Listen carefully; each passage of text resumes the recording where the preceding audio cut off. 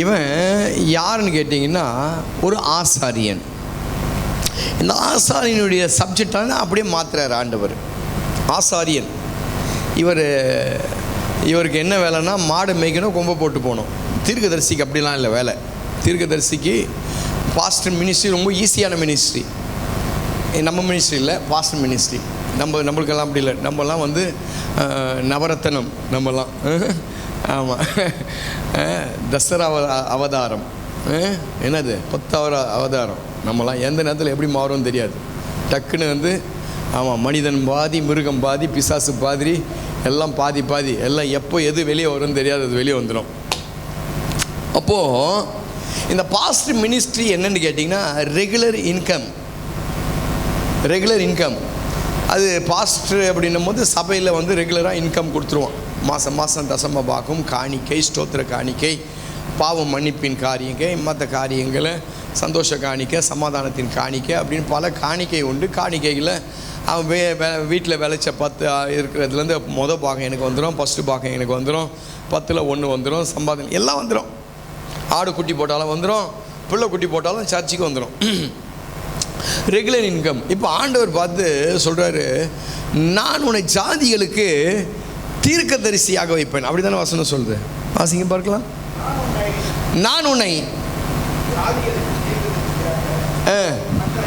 இவன் ஜாதிகளுக்கு தீர்க்கதரிசின்னு சொன்ன உடனே இவருக்கு என்ன ஆச்சுன்னா, கர்த்தாவே கத்த ஆரம்பிச்சார். என்ன தீர்க்கதரிசின்னா நல்ல தீர்க்க தரிசனத்துக்கு தான் காசு. இருக்கீங்களா? நல்ல தீர்க்க தரிசனி. அதனால தான் இப்போ நல்ல தீர்க்க தரிசனம் சபைகளில் பார்த்தீங்கன்னா, வெளியே பார்த்தீங்கன்னா தீர்க்க தரிசனம் எவனா இன்றைக்கு நீ நாண்டு கொண்டு சாவாய் எவனா சொல்லி ஒரு தீர்க்க தரிசியை சொல்லு, நான் அப்படியே என் அழகான முடியை மொட்டை அடிச்சுக்கிறேன். ஒரு தீர்க்க தரிசி சொல்கிறான், ஒரே ஒரு ஆள். நாளைக்கு நடக்க போகிற காரியங்களை நீ பாவம் செய்தாய், ஆகினால இன்றைக்கு இந்த நாளிலே இந்த சம்பவம் நடக்க போகுது, ஒருத்தர் சொன்னான்னு சொல்லுங்க. நீ எவனை வேணாலும் எடுத்துக்கோ. ஊரில், நம்ம ஊரில் 1008 ஊழியக்காரங்க. நான் 10 வசனம் தெரிஞ்சாலும் ஊழியக்காரன் தான் அவன். 10 வருஷம் தெரியுது, இங்கே நல்லா இருப்பான். 10 வசனம் எல்லாத்தையும் மனப்பாடம் பண்ணிடுவான். 11வது வசனம் தெரியுதுக்குள்ளே போய் ஒரு சர்ச்சை ஆரம்பிச்சிடுவான். இவன் தான் ஊழியக்காரன். இருக்கீங்களா? நான் சொல்கிறேன், இந்த தீர்க்கதரிசி எப்படின்னு கேட்டிங்கன்னா, அடித்தா வெட்டினா தேங்காய் அடித்த மாதிரி இருக்கணும்.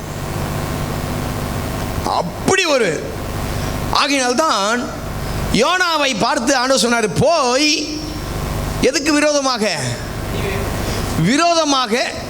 தீர்க்க தரிசனம் விரோதம் தான். நம்மனா தீர்க்க தரிசனம்னா உன்னை ஆண்டவர் கையிலே முத்திரம் மோதிரமாக வைப்பார், உன்னை பாலாக்காமல் நீ இப்படி அப்படி இந்த வருஷம் ஒரு வீடு வாங்குவேன், இந்த வருஷம் அது வாங்குவேன், இது வாங்குவேன். எவனா 6 அடி நிலம் வாங்குவேன் எவனா சொன்னானா? 6 அடி எவனா சொல்? எந்த தீர்க்கதரிசியாவது இந்த வருஷம் அன்பு சகோதரியே சகோதரா 6 அடி நிலம் உனக்கு சொந்தம் ஆக போகுது அப்படின்னு சொன்னானா? 6 அடி நிலம் என்னது? நீ கொடா கோடியாய் பெருகுவாய். ஏன்னா இவன் பெருகணும், அதனால கோடா கோடியாய் இவன் பெருகணுமா. இப்போ ஆகினால்தான் இந்த பாஸ்டர் வேலை அப்படி வேலைலாம் இல்லை. பாஸ்டர் வசனத்தை சொல்லுவார், வார்த்தைகளை சொல்லுவார். கர்த்தர் ஆசீர்வதிப்பாராக, உன்னையும் ஆசீர்வதிப்பாராக, கர்த்தர் உங்களோடு இருப்பாராக, உம்மோடும் இருப்பாராக. திருப்பலி முடிந்தது, சென்று வாருங்கள். ஆமேன் ஆமேன். அவ்வளோதான். பாஸ்டர் அதுக்கப்புறம் பையன் திறந்தாருன்னா 100, 50, 500, 1000, 2000 தங்கம் வெள்ளி பொண்ணு, அவ்வளோதான். இப்போ ஆண்டவர் சொல்கிறாரு, டேய் உன்னை தீர்க்கதரிசி. இப்போ டிரான்ஸ்ஃபர் ஆகுது. இப்போ என்னது? பாஸ்டர் மினிஸ்ட்ரி என்ன ஆகுது? டிரான்ஸ்ஃபர் ஆகுது. என்ன டிரான்ஸ்ஃபர் ஆகுது? மேல பிரதான ஆசாரியனா ஆகல, அதற்கு பதிலாக ஆண்டவர் என்ன பண்றாருன்னு கேட்டீங்கன்னா, தீர்க்கதரிசி நல்ல தீர்க்கதரிசியை சொன்னாதான் 10 ரூபாய் எடுத்து நீட்டுவான். ஆனால் தீர்க்க தரிசனம் என்பது என்னன்னு கேட்டிங்கன்னா, ஃபேஸ் டு ஃபேஸ் அடிக்கிறது தான் தீர்க்க தரிசனம். ஒரு வீட்டில் திரளான ஆடுகள் உண்டு. ஒருவனுக்கு ஒரே ஒரு ஆடு இருந்தது. அந்த ஆட்டை இவன் எடுத்து சமைச்சு சாப்பிட்டுட்டான். ராஜா, யார் அவன்? என்னுடைய தேசத்தில் அப்படிப்பட்ட காரியங்கள் நடந்ததா? இழுத்து கொண்டு வாருங்கள். அவன் கொலை குற்றத்துக்கு பாத்திரனாயிருக்கிறான். யார் அப்படின்னு கேட்கும்போது தீர்க்கதரிசி சொன்னான், நீ தான்டா, நீ தான், சாவுடா. இப்போ ராஜாவை பார்த்து தீர்க்கதரிசனம் சொல்கிறார், சாவுடா, நீ தான்டா அது. இந்த இதுதான் தீர்க்க தரிசனம். இப்போ அதற்காக தான் எரேமியா கத்துக்கிறாரு. என்ன? ஐயோ, ரெகுலர் இன்கம் மாதம் மாதம் வர காணிக்கெல்லாம் போச்சு.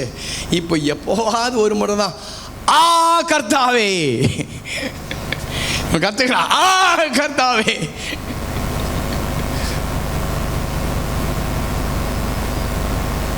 அப்பொழுது நான், ஆ கர்த்தாவே, கர்த்தராகிய ஆண்டவரே, இதோ நான் பேச அறியேன், நான் சிறு பிள்ளையா இருக்கிறேன். என்ன கதை பத்தியா? என்ன பாஸ்டருக்கு பேச தெரியலையா? மீன்குட்டி இது. இந்த மீன்குட்டிக்கு நீர்ந்து தெரியலையும். நான் இப்போ தெரிஞ்சு போச்சு. இப்போ பேச தெரியாத நாய், ஊமன் நாயாவா கொண்டு வந்து வச்சிருக்காருங்க. பேச அறியாத ஊம நாயாடா இங்கே இருக்கிற கதை. என்ன கதை? அம்மா, எங்களுக்கு ஒன்றுமே தெரியாது. இவன் சொல்கிறான், பாஸ்டர் சொல்கிறான். இப்போ பாஸ்டர் சொல்கிறான், நான் பேச அறியேன், சிறு பிள்ளையாக இருக்கிறேன். பயந்துச்சு, டோட்டலாக பயந்துச்சு. போச்சுடா, முடிஞ்சு போச்சு நம்ம கதை அப்படின்னு சொல்லி அடுத்த வசனத்தை வாசிங்க.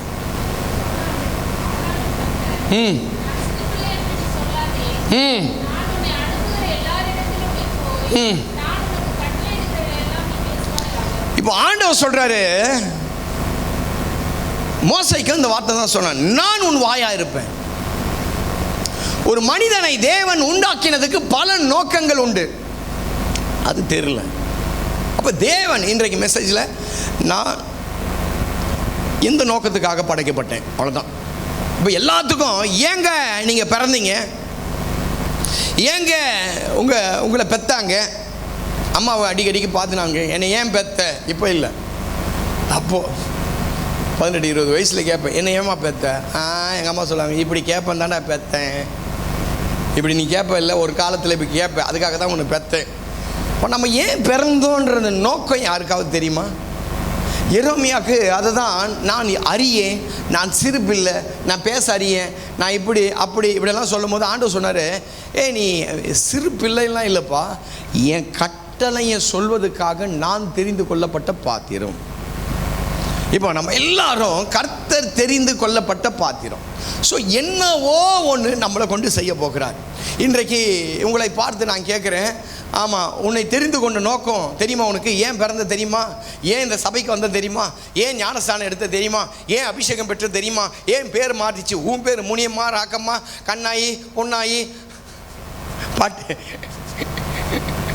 கண்ணம்மா, ராக்கம்மா, கண்ணாயி, பொன்னாயி. ஆனால் உன் பேர் இப்போ பார்த்தீங்க, இப்போ பேரெல்லாம் மாறி போச்சு. ஆமாம், என் பேர் என்னது? ரோசி, அழகா ரோஸ், எஸ்தர்,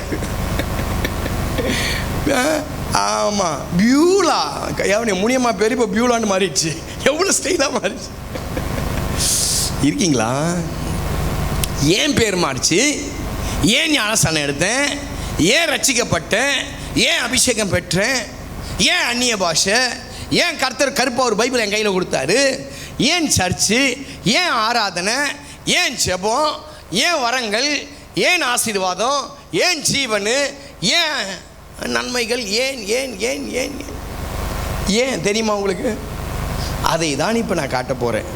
ஏன், நான் ஏன். சில பேர் கேட்பாங்க, நான் ஏன் பிறந்தேன்?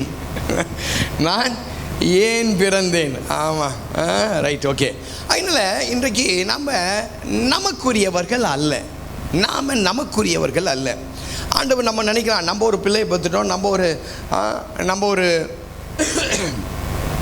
நம்ம பிள்ளை இல்லை, நம்ம பிள்ளையை பெற்றாலும் ஆண்டவர் அண்ணாள் பார்த்து சொல்லும் போது அண்ணாள் சொல்லுகிறாள், ஆண்டவரே, நீர் எனக்கு ஒரு ஆண் பிள்ளை கொடுத்தீங்கன்னா அதை நான் என்ன பண்ணுறேன்?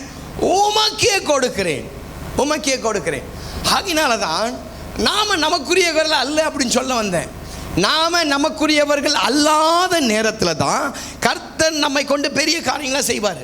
ஆதியாகமம் புஸ்தகம் 4வது அதிகாரத்தில் 1வது வசனத்தில் நீங்கள் வாசித்து பார்த்தீங்கன்னா 4வது அதிகாரத்தில் 1வது வசனம், ஆதாம்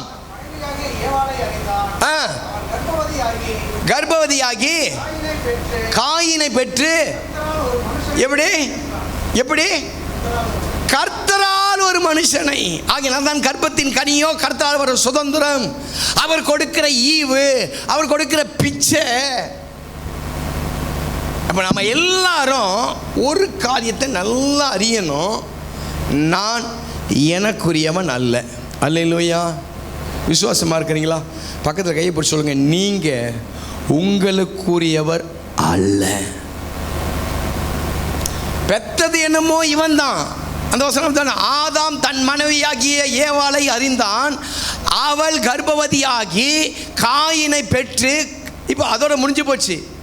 ஆதாம் அறிந்ததுனால அல்லது ஆதாம் திருமணம் பண்ணினதுனால ஆதாமும் ஏவாளும் இருந்ததுனால அவள் கர்ப்பவதியாகி ஒரு பிள்ளையை பெற்றாள்.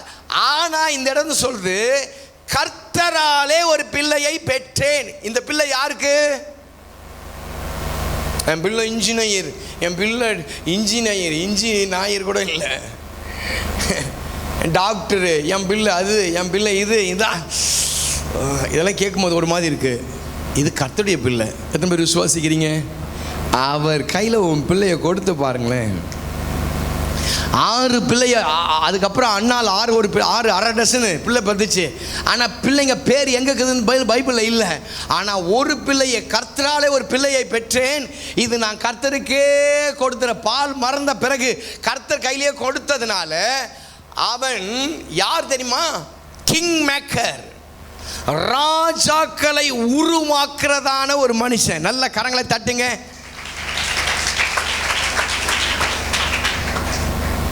கர்த்தர்கிட்ட இருக்கிற பிள்ளை மாத்திரம்னா பொழைச்சிச்சு. எங்கள் அம்மா 5 பிள்ளையை பெற்றாங்க, 5 ஆம்பளை பிள்ளைங்க. எங்கள் அம்மாவுக்கு எந்த பிள்ளை கர்த்தர்கிட்ட இருக்குதோ அந்த பிள்ளை தான் உயிரோடு இருக்குது. இருக்கீங்களா? அந்த பிள்ளை தான் உயிரோடு இருக்குது. அந்த பிள்ளை தான் நல்லா இருக்குது. அந்த பிள்ளை தான் ஆசீர்வாதமாக இருக்குது. அந்த பிள்ளை தான் குவாலிட்டியாக இருக்குது. அந்த பிள்ளைக்கு அறிவு இல்லாமல் இருக்கலாம், ஞானம் இல்லாமல் இருக்கலாம், படிப்பு இல்லாமல் இருக்கலாம், நல்ல சுபாவம் இல்லாத எதுவுமே இல்லைனாலும் கர்த்தர்கிட்ட இருக்கிற பிள்ளை ஆசீர்வாதமாக இருக்கு, நல்லா பலமாய். எசேக்கியேல் தீர்க்க தரிசன புஸ்தகத்தில் 16வது அதிகாரத்தில் நீங்கள் வாசித்து பார்த்தீங்கன்னா, எசேக்கியேல் தீர்க்க தரிசன புஸ்தகம் 16வது அதிகாரம் அதில் இருக்கிற 17வது வசனத்தை வாசிக்கலாம். 17 நான் உனக்கு கொடுத்த என் பொன்னும் என் வெள்ளியுமாகிய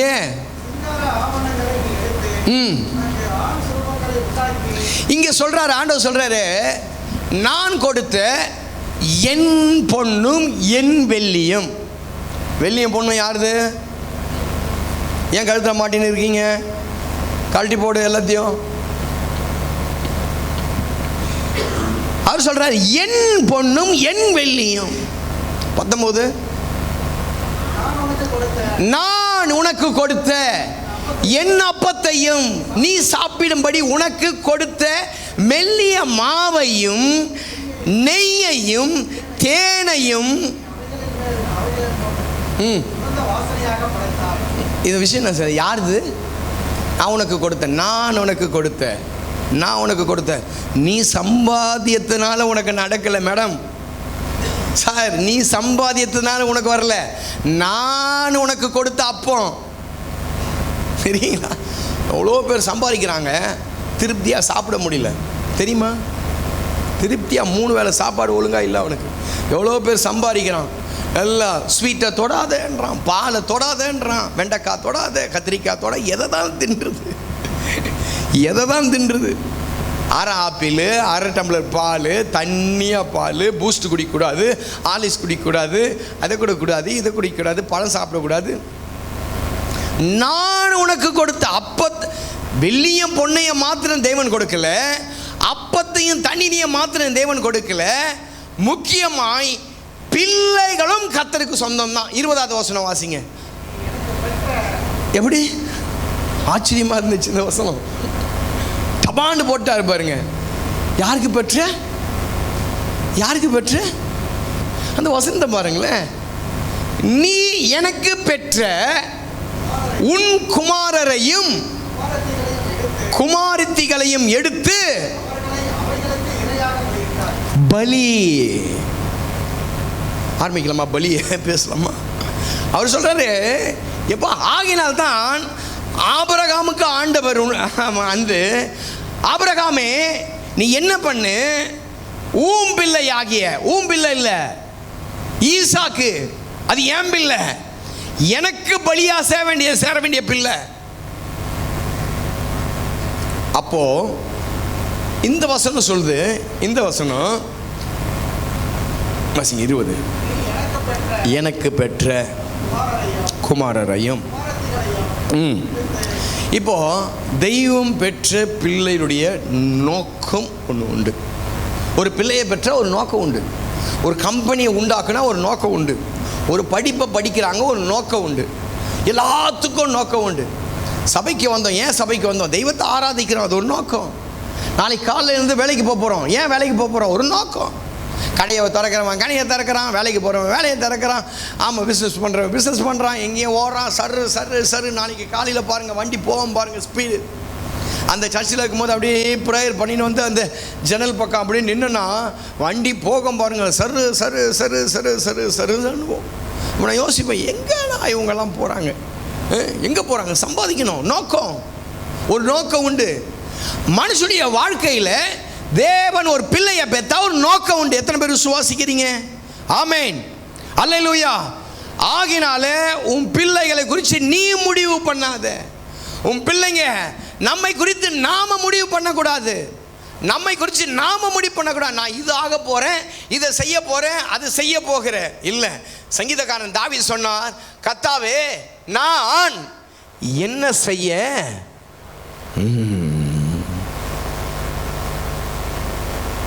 நான் என்ன செய்ய சித்தமாக இருக்கிறேன். கேளுங்க அப்பா கிட்ட, நான் என்ன செய்யணும் ஆண்டவரே. ஆகையினால்தான் பிலிப்பியர் புஸ்தகத்தில் பவுல் சொல்லும் போது 3வது அதிகாரத்தில் 12வது வசனத்தில் சொல்லும் போது, எனக்கு நேரம் இல்லை, வாசிங்க, டக்குன்னு வாசிங்க, முன்னுரை முடிக்கலாம்னு நினைக்கிறேன். வாசிங்க 3:12.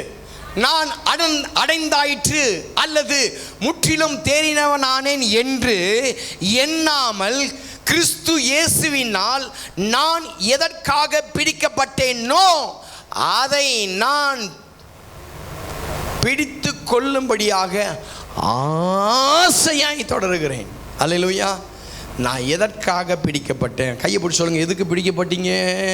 எங்கேயோ சுத்தனமே, எங்கேயோ வாழ்ந்தமே, எங்கேயோ இருந்தமே, என்னவோ பண்ணமே, கர்த்தர் அப்படியே விட்டுருந்தா அப்படியே நல்லா இருந்திருக்கமே, ஏன் பிடிச்சு இந்த இடத்துல கட்டியிருக்காரு தெரியுமா உனக்கு? நான் சொல்கிறேன், ஏன் பிடிச்சு கட்டினாரு இந்த இடத்துல. அப்பா நான்லாம் அடித்தேன் பாருங்க, என் ஃப்ளையிங்கெல்லாம் இருக்குது பாருங்க, ரக்க கட்டி படிச்சு பறந்துச்சேன்ப்பா, எவ்வளோ மேலே தம்மா சொன்ன மாதிரி என் கண் ஈச்சித்ததை ஒன்றையும் விடவில்லை.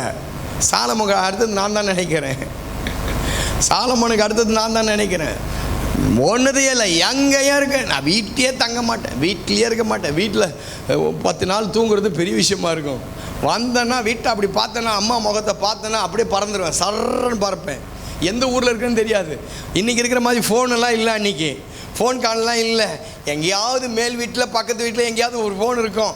அந்த நம்பர் எடுத்து எங்கேயாவது எஸ்டிடி பூட்டில் போட்டு, அம்மா நான் மருந்தில் இருக்கேன், நான் திருச்சியில் இருக்கேன், நான் கோயம்புத்தூரில் இருக்கிறேன், நான் இங்கே இருக்கிறேன், அங்கே இருக்கிறேன்னு சொல்ல வேண்டியது தான். என்ன முகமுகமாக பார்க்கலாம் முடியாது, வீட்டிலலாம் படுக்க மாட்டேன், வீட்டிலலாம் சாப்பிட மாட்டேன், அப்படியே சார் முடிஞ்சால் அவங்ககிட்ட கேளுங்க. அதுக்காக தான் ஆண்டு ஒரு உயிரோடு வச்சுக்கிறாங்க அவங்கள. 26 வயசில் போய் கேளுங்க, போயிட்டு பாஸ்டருடைய வாழ்க்கை வரலாறுல கொஞ்சம் கேட்டிங்கன்னா அவங்க சொல்லுவாங்க. பறந்து ஆனால் அப்படி பறந்தவனை பிடிச்சி ஆண்டவர் ரக்கையெல்லாம் வெட்டி இந்த இடத்துல உட்கார வச்சாரு. எதுக்கு? ஏதோ ஒரு நோக்கம். என்னால் ஒரு 300 பேர் ஞானஸ்தானம் பெற்றான், என்னால் ஒரு 20 பேர் அபிஷேகம் பெற்றான், என்னால் ஒரு 4 பேர் சர்ச்சு வச்சான், என்னால் ஒரு 4 பேர் என்னவோ நடந்தான். பிசாசுகள் ஓடினது, வியாதிகள் குணமானது.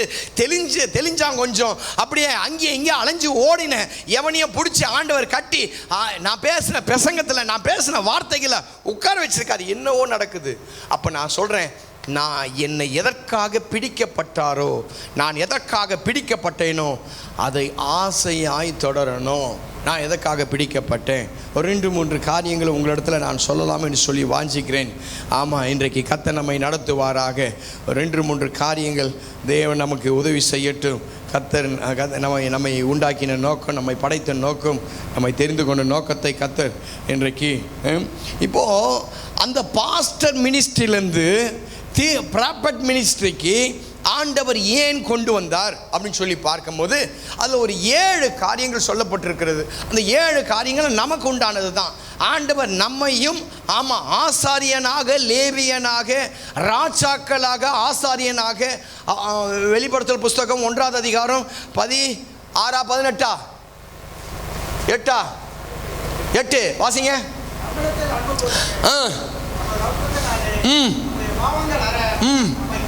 நம்மை கழுவி முன்பாக ராஜாக்களாகவும் நம்மை ஆசாரியனா இருக்கிற நம்மை இப்போ அப்படியே நில்லுப்பா, ஆசாரியன் வேலை செஞ்சதெல்லாம் போது நில்லு.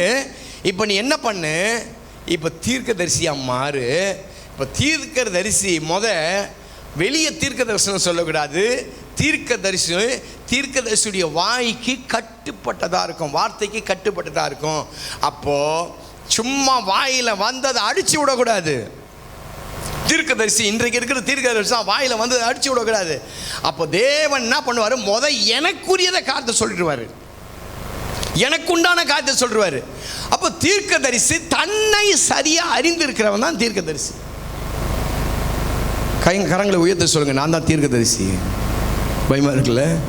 சொல்லுங்கள், நான் தான் தீர்க்கதரிசி. ஹல்லேலூயா. உங்களை குறித்து தான் பேச போகிறேன். என் பிள்ளை இப்படி ஆக்கணும், அப்படி ஆக்கணும், நான் இப்படி ஆக்கணும், அப்படியே நீ எவ்வளோ பறந்தாலும் சரி, லிமிட் வச்சுருப்பார் கர்த்தர். அதை மீறி உன்னால் ஒரு ஒரு ஒரு ஒரு ஒரு சின்ன 0.1 கூட உன்னால் போக முடியாது. உனக்கென்று ஒரு லெவல் வச்சுருப்பார். அந்த லெவல் தான், அந்த லெவலோடு முடிஞ்சு போச்சு கதை.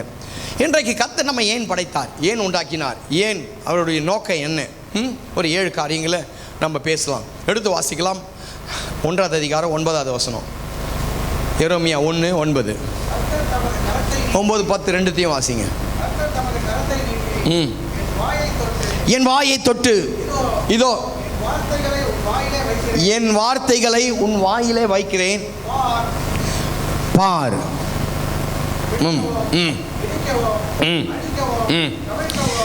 இங்கே ஒரு வார்த்தை சொல்கிறார், என் வாயை தொட்டு என் வார்த்தைகளை உன் வாயிலே வைக்கிறேன். ஃபஸ்ட்டு இங்கே ஆண்டவர் நம்மை குறித்து சொல்லுகிற ஒரு காரியம், என் வார்த்தை உங்ககிட்ட இருக்கு. உன் வாயிலிருந்து புறப்படுகிற வார்த்தை அது யாராக இருக்கணும், நானாக இருக்கணும். இப்போ இந்த வாய், நான் சொல்கிறேன், தேவனுடைய வாயாக இருக்கா? தேவனுடைய வாயாக இருக்கா? தேவனுடைய வாய் இப்படி பேசுமா? தேவனுடைய வாய் இதை சொல்லுமா? தேவனுடைய வாய் அட்டுழியமா அக்கிரமான காரியங்களை பேசுமா? ஆண்டவர் சொன்னார், ஃபஸ்ட்டு நீ தேவனுடைய வாய். ஆகையால் தான் வேத வசனம் சொல்லுது, ஆசாரியனுடைய வாய்களில் என்னத்தை தேடுவாங்க? வார்த்தைகளை தேடுவாங்க. ஆசாரியனுடைய வாய்களில் வார்த்தைகளை தேடுவாங்க. வார்த்தைகள் ரொம்ப முக்கியமானது. யாத்திராகமம் புஸ்தகம் 13ஆவது அதிகாரத்தில் 9ஆவது வசனத்தை நீங்கள் வாசித்து பார்த்தீங்கன்னா, யாத்திராகமம் 13 அதில் இருக்க 9ஆவது வசனம் வாசிங்க. வாயில் இருக்கும்படிக்கு அடையாளமாகவும் கண்களின் நடுவே. எப்பா வார்த்தைகள்ப்பா, வார்த்தை தான்ப்பா விடுதலையாக்கும். ஆதியிலே என்ன இருந்தது? வார்த்தை இருந்தது. அந்த வார்த்தை என்னவா இருந்தது? இந்த வாய் இப்போ என்னெல்லாம் பண்ணுது பாருங்களேன். எவ்வளவு கேவலமாக பேசுது பாருங்கள் இந்த வார்த்தை. மதியாத வார்த்தை, கீழ்ப்படியாத வார்த்தை, எதிர்ப்பான வார்த்தை, பொறாமையான வார்த்தை, பொய் வார்த்தை, அருவருப்பான வார்த்தை, அசிங்கமான வார்த்தை, எரிச்சலான வார்த்தை. ஒரு தீர்க்கதரிசியுடைய வாய் ஆண்டவர் சொல்றாரு, பார் உன் வாயை தொட்டு. ஆகினால்தான் அநியாயமாக இருந்த அன்றைக்கு ஏசாயாவின் நாவை ஆண்டவர் அழகாக தொட்டார். எதில் தொட்டாரு? எதில் தொட்டார்? வசனம் இருக்கா?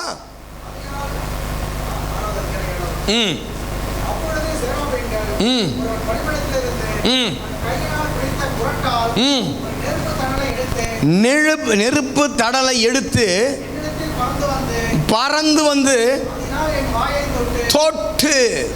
இவன் சொல்றான், இவனும் அதே கத்துக்கத்தான் கட்டுறான். கத்தாவே அதமானேன். எப்பா இன்னைக்கு நம்ம அபிஷேகம் எங்க ஸ்டார்ட் ஆகுதுன்னு கேட்டா வாயில ஸ்டார்ட் ஆகுது. ஆண்டவர் தொடணும், வாயை தொடணும். தொட்டாதான் நல்ல வார்த்தைகள் வரும், புறப்பட்டு வரும். ஆகினால்தான் வேத வசனங்கள் எல்லாம் வாயிலிருந்து புறப்பட்டு வரணும். வாயில நல்ல வார்த்தைகள். ஆமாம், மற்றவங்களை தேற்றுற வார்த்தைகள், மற்றவர்களை அரவணைக்கிற வார்த்தைகள், கண்டதை பேச வேண்டியதான். ஞாயிற்றுக்கிழமை அந்த 8லேருந்து அந்த 11 மணி வரைக்கும் தான் என் வாய் சுத்தமாக இருக்குது. அதுக்கப்புறம் என்ன ஆகுது?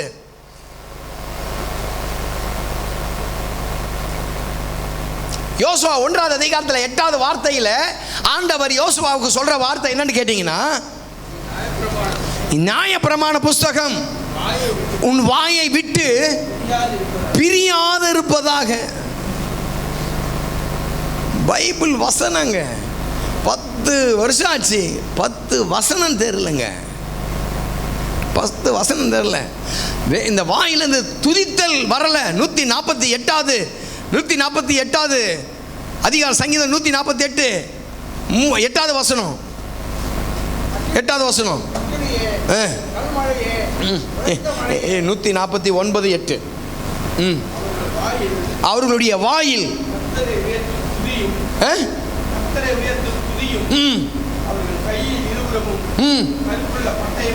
அவர் என்ன விஷயம் சொல்ல வரான்னு கேட்டீங்கன்னா, வாயில துதி இருக்கணும். இப்போ தேவன் தொட்ட வாயை துதிக்கும். யாரோ துதிக்கிறான், யாரோ போகிறான், யாரோ வரான், என்னவோ பண்ணுறான், அப்படிலாம் இல்லை.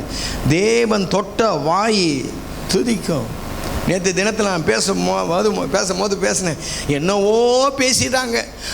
அந்த ஆரோனும் இந்த மீரியாமும் போடுறாங்க பாரு. ஒரு இல்லாத ஒரு தம்பியை கூப்பிட்டு, தம்பி அரவணைக்க முடியல, தம்பியை ஆமாம் நம்ம தம்பி பெரிய பாஸ்டர் ஆகிட்டாரு அப்படின்னு சொல்லி பெருமைப்படுத்த முடியல. இவன் குறையெல்லாம் சொல்ல ஆரம்பிச்சிட்டான்.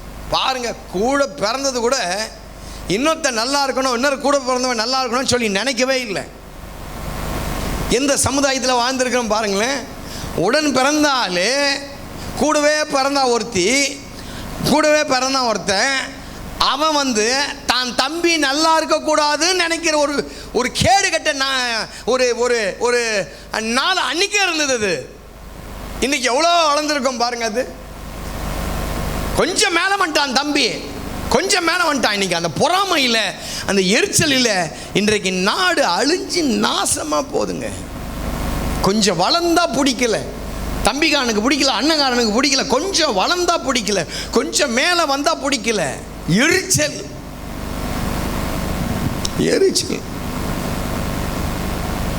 நான் சொந்த சரீரம் ஆகினால்தான் அவன் சொன்னான், எப்பா எனக்கு விரோதமாய் யாரோ எழும்பலப்பா, நீ தான்ப்பா எழும்புன. எனக்கு விரோதமாக யாரும் எழும்பல, மற்றவன் எழும்பின்னு தான் பரவாயில்ல, நீயே. அந்த அன்றைக்கு மோசையுடைய ஆகினால்தான் ஆண்டவர் இறங்கி வந்துட்டான். பழைய கதையெல்லாம் பேசுகிற வேலைலாம் வச்சுக்காது. ஆமாம், இவன் முந்திக்கணும். நேற்று தினத்தை பார்த்தீங்களா, கேட்டிங்கன்னா நீங்கள் போய் கேட்டு பாருங்கள். அது மறுபடியும் நான் பேச விரும்பலை. கர்த்தர் உதவி செய்வாராக. இன்றைக்கு சமயம் வாய்த்தாலும் வாய்க்காவிட்டாலும் திருவசனத்தை போதிக்கிறதுக்காக தான் ஆண்டவர் வாயை தொட்டார். இந்த வாயை தேவனுடைய நாமத்தை சொல்லட்டும், தேவனுடைய வசனத்தை சொல்லட்டும், தேவன் நமக்கு செஞ்ச சாட்சிகளை சொல்லட்டும், தேவனை துதிக்கட்டும். இந்த ஜனத்தை நான் எனக்கென்று ஏற்படுத்தினேன். இவர்கள் என்ன பண்ணி வருவாங்க? துதிப்பாங்க. வேறு ஒன்றும் இல்லை, துதிப்பாங்க. தேவனுடைய வார்த்தைகளை சொல்லுவாங்க. கிறிஸ்தவனா மாறுறதுக்கு அதுதான் அடையாளம். கிறிஸ்தவனா மாறுறதுக்கு என்னங்க அடையாளம்? உன்னை பார்த்த உடனே தெரியணும், எப்பா இது பயங்கரமான ஆள்றாப்பா அப்படின்னு சொல்லக்கூடாது. உன் தோற்றத்தை பார்த்தோன்னா கையெத்து கும்பிடணும், சொல்லி விடக்கூடாது. என்னங்க பாஸ்டர் ஒரு மாதிரி பேசுகிறாரா? அப்படி தான் பேசுவார் பாஸ்டர். இந்த பாஸ்டருக்கு அதான் தெரியும். நான் பார்த்த உடனே மேலேருந்து பார்த்து அப்படியே 10 நிமிஷம் நின்றக்கூடாது. அது வேசியை பார்த்தா தான் அப்படி நிற்பான். வேசியை பார்த்து தான் கண்ணு நல்லா இருக்குது, மூஞ்சி நல்லா இருக்குது, மயிறு நல்லா இருக்குது, ஆமாம் மூக்குக்கு கீழே உதடு நல்லா இருக்குது, அப்படி பார்த்து ரசிப்பான். வேசியை பார்த்து தான் ரசிப்பான். ஒரு தெய்வ பிள்ளையை பார்க்கும்போது கையெடுத்து கும்பிடணும், தெய்வத்தை மாதிரி இருக்கணும். ஆமீனா ஆமீனா. கசப்பாக இருக்கா வார்த்தை? மருந்து கசக்க தான் செய்யும், மருந்து கசக. அப்போ முதல் வார்த்தை தெய்வம் ஏன் வாயை தொட்டார் அப்படின்னு கேட்கும் போது தேவனுடைய வார்த்தைகளை சொல்ல. அல்லேலூயா. நம்பர் டூ அப்போது அந்த வசனத்தை தொடர்ந்து வாசிங்க. பிடுங்க. என்னத்தை பிடுங்க? என்னத்தை பிடுங்க? தேவனுக்கு சித்தமில்லாத எல்லாம்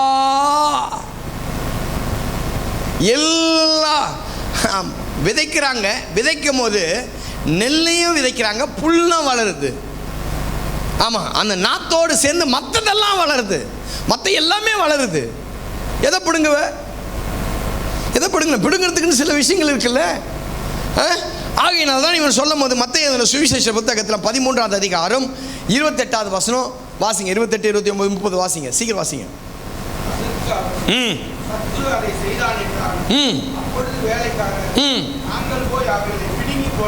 நாங்கள் போய் அதை பிடுங்கி போட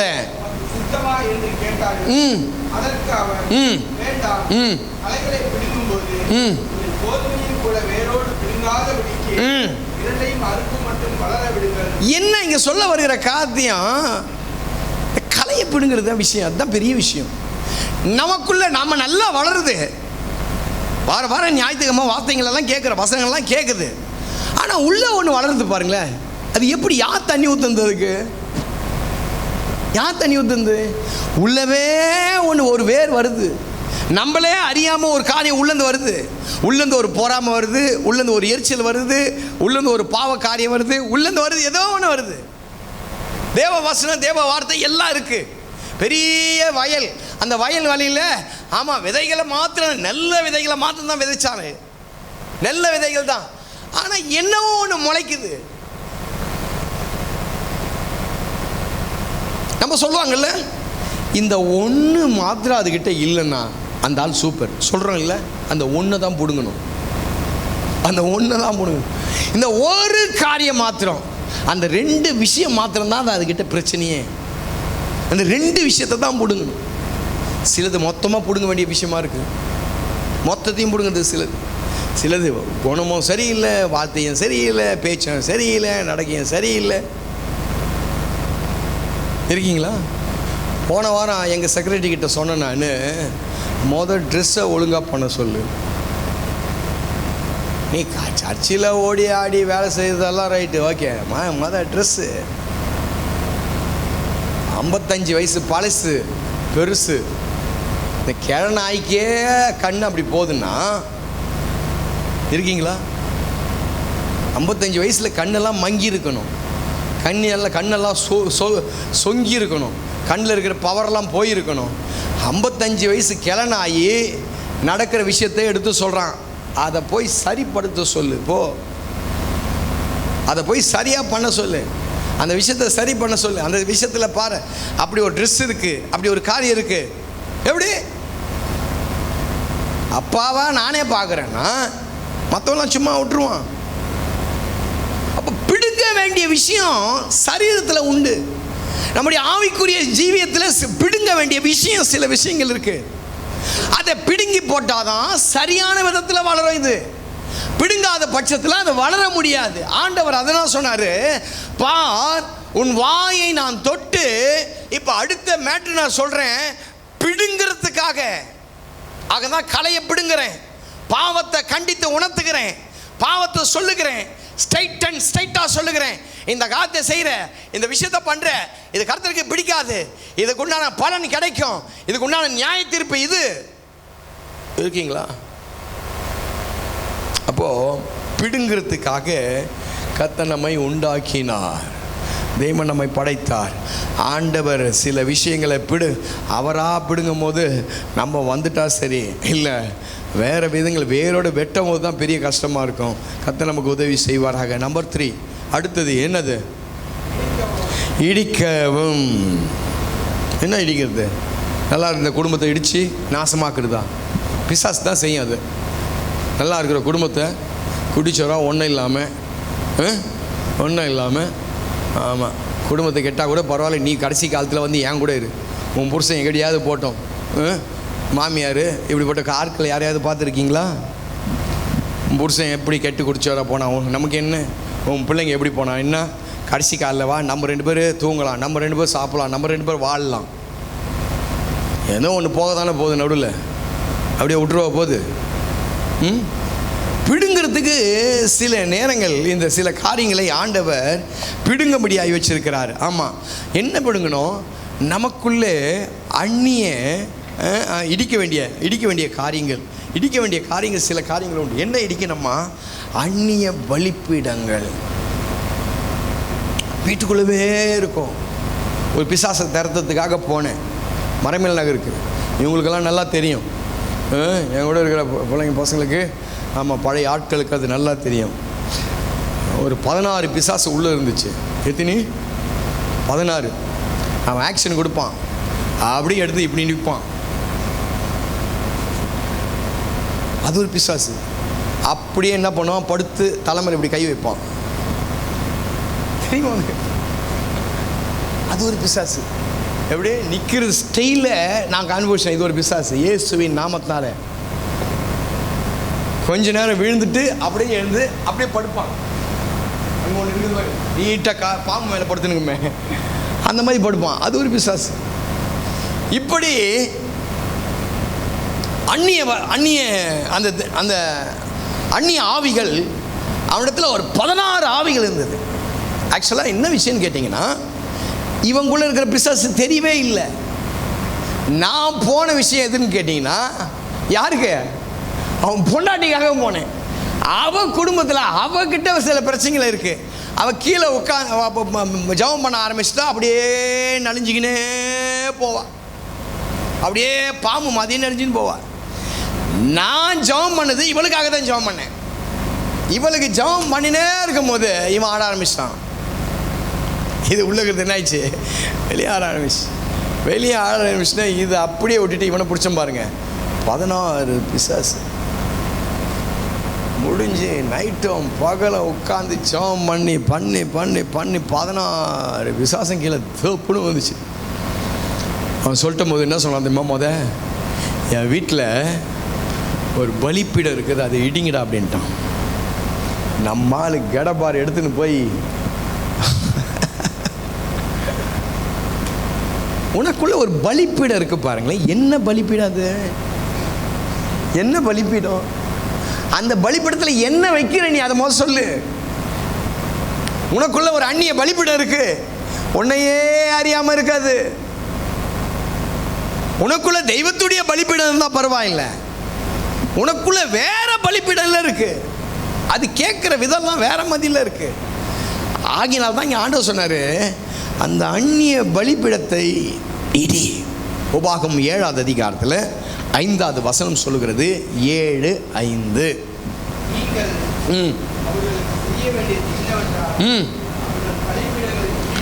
அவர்கள் பலிபீடத்தை இடித்து,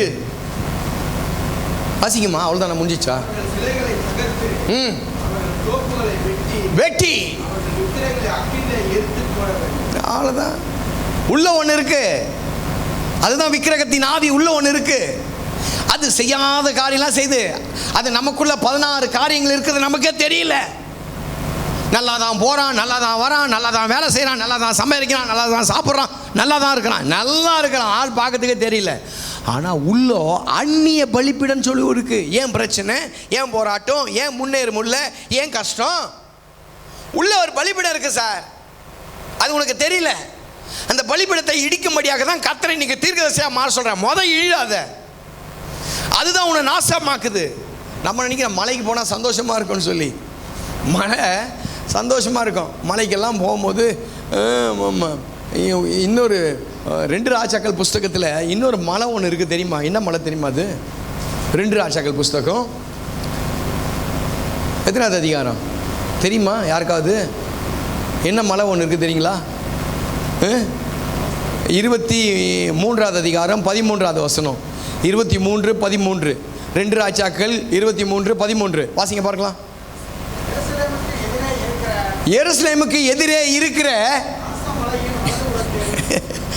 என்ன மலை அது? என்ன மலை? நாசமலை. நம்ம நினைக்கிறோம் பர்வதங்கள் எனக்கு ஒத்தாசை வரும், பர்வதங்களுக்கு நேராக என் கண்களை ஏறெடுக்கிறேன், வானத்தையும் பூமியும் உண்டாக்கின கர்த்தரிடத்திலிருந்து எனக்கு ஒத்தாசை வரும். மலைகள் மலைகள் அதான் பர்வதம். சீனாய் மலை உங்ககிட்ட இருக்கிறது சீனாய் மலையா இல்லை நாசமலையா? சீனாய் மலையில் தேவன் இறங்கி வந்துடுவார்.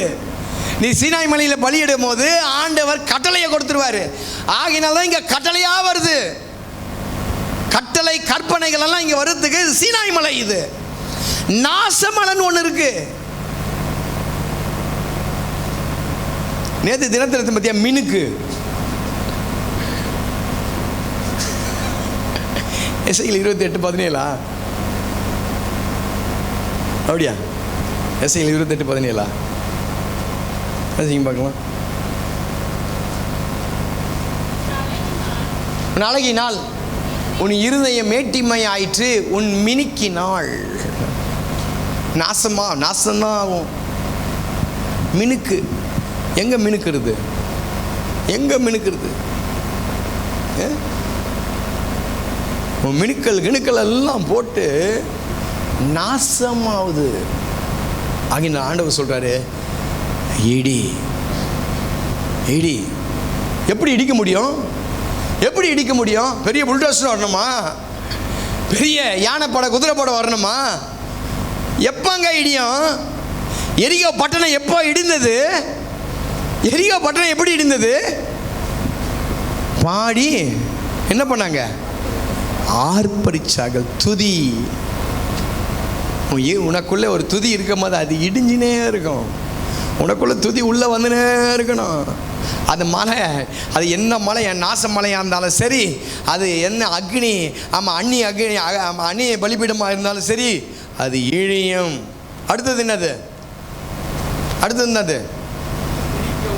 இடிக்கவும் அழிக்கவும். என்னத்தை அழிக்கிறது? நல்லா வாழ்ந்தது குடும்பத்தை அழிக்கிறதா? நல்லா வாழ்ந்திருக்கிற மனுஷனை அழிக்கிறதா? எதை அழிக்கிறது? ஆண்டவர் இதெல்லாம் இதுக்கு தான்ப்பா உன்னை படைச்சேன். உன்னை படைச்சது எதுக்கு தான் படைச்சேன்? நல்லா சம்பாரிச்சு, நல்லா கை காலெல்லாம் நல்லா மோந்தத்தை போட்டுன்னு, நல்லா செயினை போட்டு, நல்லா பேங்க் பேலன்ஸ் வச்சுன்னு, ஆமாம் தேவையெல்லாம் வாங்கி தின்னுங்கன்னு நல்லா சந்தோஷமாக ஆமாம் பூமியில் வாழ்கிறதுக்காக உன்னை படைக்கல சார். அதுக்காக உன்னை படைக்கல. உன்னை படைச்சதுக்கெல்லாம் நோக்கம் உண்டு. அப்போது இங்கே அழிக்க, எதற்கு அழிக்க? என்ன அழிக்கனா? ஒன்று யோவான் எழுதின புஸ்தகத்தில் 3வது அதிகாரத்தில் 8வது வசனம் சொல்லுது. 3:8 வாசிங்க. அதுதாங்க 1 யோவான் 3:8. சீக்கிரம் வாசிங்க.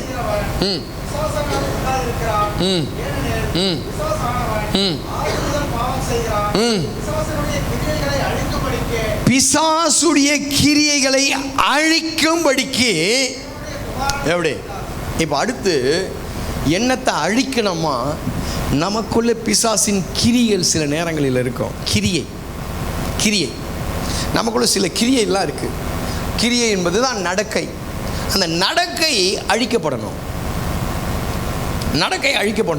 நம்மளும் அப்படியே வளர்ந்துனே இருக்கோம். இப்போ நான் சொன்னதெல்லாம் ஒரே பாயிண்ட் தான், ஒரே விஷயத்த தான் சொல்கிறேன். நமக்கு வளர்கிறோம், நம்மளோட அந்த கிரியை சேர்ந்து வளர்ந்துனே இருக்கு. ஆகையினால்தான் வெளிப்படுத்தல் புஸ்தகத்தில் கடைசி அதிகாரத்தில் பாவம் செய்கிறவன், அநியாயம் செய்கிறவன், நீதி செய்கிறவன், இதோ அவனுக்கு எதன்படி என்னத்தின்படி? கிரியையின்படி. கிரியையின்படி அவன் செய்வதுக்கு. நல்லா புரிஞ்சுக்கங்களேன். யாருக்கு யாரும் இல்லை. என்னால் தான் கெட்டு போயிட்டான், உன்னால் தான் கெட்டு போயிட்டான். அங்கே போய் ஆண்டவர் சொல்லவே முடியாது. ஆண்டவரே அவர் தான் ஆண்டவரே, இவங்க தான் ஆண்டவரே, இவங்க தான் அப்படி பண்ணா. எல்லாம் எனக்கு தெரியும், வாயை மூடுன்னுவார். எல்லாம் எனக்கு தெரியும், நீ வாயை மூடுன்னு. நான் உனக்கு என்ன சொன்னால் அது செய். நான் உனக்கு என்ன நேற்று தினத்தில் ஒரு கதை சொன்னல, உன் வேலை என்ன? முனிவர் வேலை என்ன? தியானம் பண்ணுறது முனிவர். எவன் வீட்டுக்கு எத்தனை பேர் போகிறான் வர்றான்றது உனக்கு கதை. எத்தனை பேருக்கு எவன் வீட்டுக்கு எத்தனை பேர் வந்தால் உனக்கு என்ன? உனக்கு என்ன? உன் வேலை என்ன? உனக்கு நான் என்ன வேலை விட்டேன்? ஆண்டவர் கேட்பாரு, உனக்கு என்னம்மா வேலை?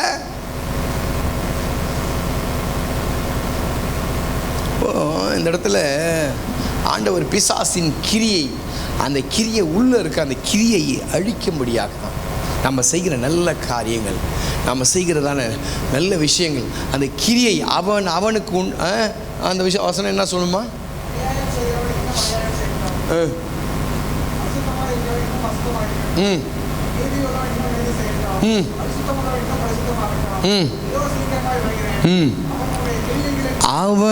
அவனுடைய கிரியைக்கு என்னோட கிரியைக்கு தாங்க. கடைசி நாளில் கேட்பார், நீ பேசின வீணான வார்த்தைகள் என்ன விஷயம் சொல்லு, கணக்கு கொடுத்து சொல்வார். ஏன் அது பேசினேன்? உன் நடக்கை என்ன? உனக்கு எல்லாம் கொடுத்தேன், என்ன செஞ்சேன்? உன் சம்பாதனை எப்படி செலவு? நீ உன் சம்பாதனை எப்படி செலவு பண்ண? பிள்ளைன்னு கட்டியா 2 பிள்ளைய கொடுத்த, என்ன பண்ண? பொறுக்கியா திடுறான் பிள்ளைங்க, குடிச்சுன்னு திடுறான். உங்ககிட்ட தான் கணக்கு கேட்பாரு. பிள்ளையாண்டானை நடக்க வேண்டிய வழியில் பிள்ளைக்கு ஜெபம் சொல்லிக் கொடுக்குறீங்களா? தாய்ங்க சொல்லிக் கொடுக்குறீங்களா? நீ ஜெபம் சொல்லிக் கொடுக்குறா, நீ பேய், தாய் இல்லை. பிள்ளைக்கு உட்காந்து சாப்பிடும் போது நாய் மாதிரி எடுத்த உடனே சோத்தை தட்டில் சோறை போட்டுன்னா லபக்கு லபக்கு லபக்குன்னு தின்றது நாய் தான் தின்னும். நாய் தான் தின்னும். கையை வச்சு சோத்து மேலே கையை வச்சு ஜெபம் பண்ணணும். படுக்கும் போது பிள்ளைங்களுக்கு ஜெபம் பண்ணியாடான்னு கேட்கணும். தாய்மாருங்க கேட்கணும். காலையில் ஜெபம் நடந்துச்சா? இரவு படுக்கும் போது ஜெபம் பண்றியா? ஒழுக்கமா இருக்கிறியா? கிரியை. 2 பிள்ளையை கொடுத்தான்னா பிள்ளையை வளர்க்க வேண்டிய கிரியை உண்டு. அந்த பிள்ளைக்காக பிரயாசப்பட ஆண்டவர் சொன்னார், எனக்காக அழ வேண்டிய அவசியம்லாம் ஒன்றும் இல்லை. யாருக்கு அழ? யாருக்கு அழு? உனக்காகவும் பிள்ளைகளுக்காக அழு. உட்காந்து அழுதியா பிள்ளைகளுக்காக?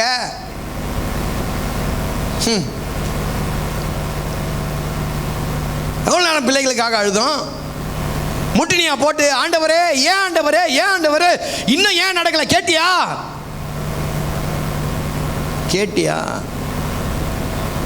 நடக்கல. நடக்கட்டும், நடக்கலன்னா போட்டோம். மீன் கேட்டால் பாம்பை கொடுக்குற தெய்வம் இல்லை. கேளுங்கள், அப்பொழுது கொடுக்கப்படும். கேளு. பிள்ளைங்களுக்கு படிப்பை கேளு, பிள்ளைங்களுக்கு ஞானத்தை கேளு, பிள்ளைங்களுக்கு ஒழுக்கத்தை கேளு, பிள்ளைங்களுக்கு நல்ல பண்புகளை கேளு, பிள்ளைங்களுடைய வாழ்க்கைக்கு நல்ல ஆசீர்வாதத்தை கேளு, பிள்ளைங்களுடைய வாழ்க்கையில் திருமணத்தை கேளு, பிள்ளைங்களுடைய வாழ்க்கையில் நல்ல வீடு வாசல் கேளுங்க. கேட்காதனால ஆகினால தான் ஆண்டவர் சொல்ல, இது வரைக்கும் என் நாமத்திலாம் நீங்கள் என்ன பண்ணல, எதையுமே கேட்கவே இல்லை. கிரியை ஒன்று இருக்குங்க. அந்த கிரியைக்கு தான் நியாயம் தீர்ப்பேன். ஆகினால தான் பிசாசின் கிரியை உள்ளே இருக்குதா பாரு. மற்றது கெட்டதா யோசிக்க வைக்கும், கெட்டதா சிந்திக்க வைக்கும், கெட்டதா ஆமாம் உள்ளே ஒன்று இருக்குது. மனுஷன் 2 விஷயத்தில் இருக்கான். நான் 2 விஷயத்தில் சொல்லுவேன் அடிக்கடிக்கு. வயசு 2 வயசு இருக்குது. 2 வயசு இருக்குது. சிலது பாருங்கள், அந்த உள்ளே இருக்கிற வயசுக்கு உள்ளே இருக்கிற வயசு ஆகிடுச்சுன்னா தான் அது சோர்ந்து போகும். நம்மளுக்கெல்லாம் இன்னும் வயசாகலை. நம்மளுடைய நினைப்பு அப்படி தான், இன்னும் வயசாகலை. உள்ள ஒன்று இருக்குது. உள்ளே வந்து எப்போவுமே அது எப்படி இருக்கணும்னு கேட்டிங்கன்னா நல்லா ஆமாம் அதுக்கு நல்லா ஊட்டச்சத்துலாம் நல்லா நிறைய கொடுக்கணும். உள்ளே இருக்கிற வயசுக்கு. வெளியே இருக்கிற வயசெல்லாம் ஒரு மாதிரி இருக்கட்டும். உள்ளே இருக்கிற வயசுக்கு நல்லா ஊட்டச்சத்து நல்லா கொடுக்கணும். முன்னாள் முதலமைச்சர் கலைஞர் இருக்காருல, எத்தனை வருஷம் வாழ்ந்தார்? 96 93 96 எப்படி வாழ்ந்துருப்பார் அவர்? எப்படி வாழ்ந்தார்? உள்ள அது ஃப்ரீயாக விட்டார். அந்த ஆர்ட் அவர் சின்ன அவருக்கு ஆமாம் எல்லாமே நல்லா மேடையில் சாதாரணமாக பேசும்போது வேறு மாதிரி பேசுவார் அவர் உள்ள. அப்போ பாருங்கள், அந்த உள்ளே இருக்கிற மனசுக்கு வயசு ஆகலைன்னா அது நிறைய காரியங்களை சாதிக்கும், நிறைய காரியங்களை போக்கும். சில பேருக்கு பாருங்கள் வயசு சின்ன வயசாக தான் இருக்கும், 30 வயசு தான் இருக்கும், 80 வயசு மாதிரி உட்காருவான், வந்து சோர்ந்து உட்காந்துருவான், ஒன்றுமே நடக்காத வாழ்க்கையில். அப்போ நமக்குள்ளே தேவ சக்தி இருக்கு, பிசாசின் சக்தி இருக்கு.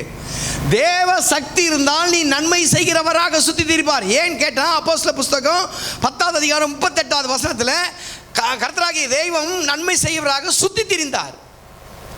அதே நேரத்தில் இன்னொரு ஆவி உள்ள இருக்கு, அந்த ஆவிக்கு இடம் கொடுத்தா ஒன்றும் உருப்படாது. ஆகையினால வெளிப்படுத்த புஸ்தகத்தில் 14வது அதிகாரத்தில் 13வது வசனம் சொல்லுது, ஒரு சத்தம் உண்டாக கேட்டேன், இது முதல் கொண்டு பாக்கியவான்கள் என்று எழுது, இளைப்பாறுவார்கள், அவருடைய கிரியைகள் அவர்களோட என்ன வரும், செத்துட்ட பிறகு போட்டியில் போட்டு அமுக்கிட்ட பிறகு மூக்கில் பஞ்சை வச்சிட்ட பிறகு இங்கே இருக்கிற பணத்தை எடுத்துன்னு போக முடியாது, காசை எடுத்துன்னு போக முடியாது. நீ 30 வீடுல ஒரு வீடுக்கு 30 வீடு கட்டினாலும் ஒரு செங்கலை கூட உன்னால் எடுத்துன்னு போக முடியாது. எப்படி ஒரு செங்கலை கூட எடுத்துன்னு போக முடியாது. பத்தத்தெல்லாம் போட்டு மூடிட்டா உன் பிள்ளைகளுடைய கதி என்ன நினச்சி பாருங்களேன். கோடி கோடியாக சம்பாதிக்கிறாங்க. ஜெயலலிதா அம்மையாருடைய கலரையில் பணத்தெல்லாம் அள்ளி அள்ளி போட்டாங்க. அந்த அம்மா போய் மிட்டாயை வாங்கி சாப்பிட போகுது, இல்லை 1001வது செருப்பாக வாங்கி போட போகுது. பணத்தெல்லாம் அள்ளி அள்ளி போட்டாங்க, கட்டுக்கட்டாக பணத்தை தூக்கி போட்டானுங்க. What use? பரலோகத்தில் அதெல்லாம் செல்லாது. இங்கே வேணால் செல்லும், அங்கே செல்லாது. ஒரு கரன்சி இங்கே செல்கிற கரன்சி ஆமாம் பக்கத்தில் இருக்கிற மாநிலத்திலே பக்கத்தில் இருக்கிற நாட்டிலே செல்ல மாட்டேங்குது. கரன்சி வேறு கரன்சி மாற்றணும்னு சொல்கிறாரு. இங்கே இருக்கிற கரன்சி பரலோகத்தில் எங்கே எட்ட போகுது, அங்கே எங்கே சேல்ஸ் ஆக போகுது, ஒன்றும் ஆகாது. அப்போ என்ன பரலோகத்துக்கு போகும்? பூமியில் இங்கேருந்து என்னத்தை கொண்டு போக முடியும்? பூமியில் எத்தனை நன்மைப்பா, எவ்வளோப்பா நன்மை செஞ்ச, வாப்பா எவ்வளோ நன்மை செஞ்ச, எத்தனை பேருக்கு உதவி செஞ்ச, எத்தனை பேருக்கு ஜெபம் பண்ண, எத்தனை பேருக்கு நன்மை செஞ்ச, எத்தனை பேருடைய வாழ்க்கையை கட்டண, எத்தனை பேருக்கு வாழ்க்கையை கொடுத்த, எத்தனையுடைய வாழ்க்கையில் சமாதானமாக இருந்த, எவ்வளோ பேருக்கு ஜெபம் பண்ண. இதுதான் கிரியை, இதுதான் கிரியை. இதை வச்சு தான் பரலோகத்தில் போய் வாழ முடியுமே தவிர பரலோகத்தில் பிச்சைக்காரனாக இருப்போம் இல்லாட்டி. அவங்களால தான் ஆண்டவர் சொல்கிறாரு, பிசாசின் கிரியைகளை அழிக்கும்படி. அடுத்தது என்னது? எதுக்கு கவிழ்க்கணும்? என்னத்தை கவிழ்க்கணும்? என்ன கவிழ்க்கணும்? மத்தேயு சுவிசேஷ புத்தகம் 21வது அதிகாரம் 12வது வசனம். சீக்கிரம் வாசிங்க, எனக்கு நேரம் இல்லை. அவன் டப்புன்னு நான் ஓடி முடிச்சிடுறேன், ஏன்னா முடிக்கணும் இல்லை, முடிச்சிடலாம். வாசிங்க பார்க்கலாம்.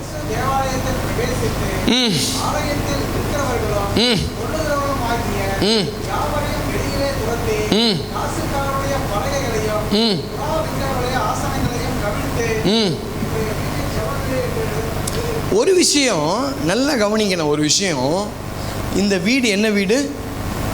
இந்த வீடு என்ன வீடு? தேவனுடைய வீடு, ஜெப வீடு. இந்த இடத்துல நம்முடைய எல்லா மதிப்பு மரியாதையும் கவிழ்த்து போடணும். இந்த இடத்துல யாருக்கும் மரியாதை இல்லை, டோட்டலாகவே இங்கே இல்லை. நான் சுத்தமாக இருந்தாலும் கொடுக்க மாட்டேன். நீ யாராயிரு எனக்கு என்ன, நீ யாராயிரு எனக்கு என்ன, நீ எவனாக இருந்தாலும் கீழே தானே உட்காடுறேன், நான் தானே மேலே நிற்கிறேன், நான் தானே மேலே இருக்கேன். அண்ணங்கிட்ட இருக்கும்போது ஒரு பையன் வந்து கீழேருந்து மேலேருந்து அவன் சொல்லுவார், அவர் டேய் அவன் என்ன பண்ணுறான் போடுறான், அவன் எவ்வளோ பண்ணுறான் போடுறான், விரோதமாக எழும்புறான், அதான் நம்மளுக்கு தெரியல ஊழியத்தில் இப்படிப்பட்ட காரியங்கள்லாம். அதுக்கு இன்னொருத்த சொல்லுவான், டேய் அவன் என்ன இருந்தாலும் கீழே இருக்கிறான், நம்ம என்னதான் இருந்தாலும் மேலே இருக்கிறோம். இருக்கீங்களா? புரியுதா நான் சொல்கிற வார்த்தை? நீ தேவனுடைய ஆலயத்துக்கு உள்ளே வந்துட்ட பிறகு உன் கௌரவம், உன் காசு, உன் வேலை, உன் பணம் எல்லாத்தையும் கவிழ்த்து அப்படி வைக்கணும். இங்கே நான் அப்படின்னு சொன்னால் ஆண்டவர் உனக்கு மேலே நின்று நான் அப்படின்னுவார். அவருக்கு முன்பதாக நிற்க முடியாது. அவருக்கு முன்பதாக. தெய்வத்துக்கு முன்னாடி இதெல்லாம் ஒன்றும் இல்லை. ஆகினால்தான் ஆண்டவர் சொன்னார், இது காசுக்காக இல்லைப்பா, இந்த விஷயங்கள் காசுக்காக இல்லை, இந்த விஷயங்களுக்கு எந்த வேற ஒன்றுக்காக இல்லை, இலவசமாய். மத்தேயு எழுதின புத்தகம் 10ஆம் அதிகாரம் 8ஆவது வசனம், இலவசமாய் பெற்றீர்கள். வாசிங்க அந்த வசனத்தை.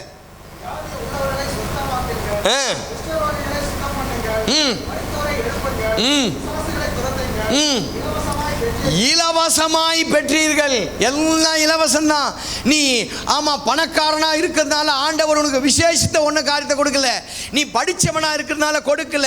நீ பெரிய ஆளா இருக்கிறதுனால காண்ட கொடுக்கல. எல்லாத்துக்கும் இலவசம். ஒருத்தன் விலை கொடுத்து வாங்கணும்னு பார்த்தான். ஆண்டவர் சொல்லிட்டாரு, உன்னோட உன் பணத்தை ஒழுங்கா வச்சுக்கோ, நாசமா போகக்கூடாது.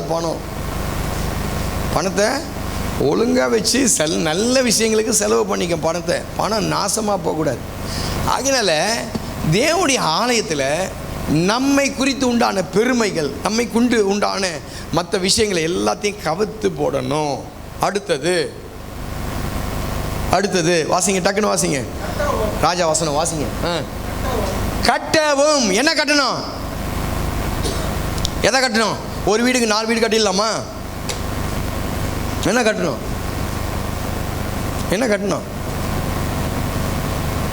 நீதிமொழிகள் 14ஆம் அதிகாரம் 1ஆவது வசனம்.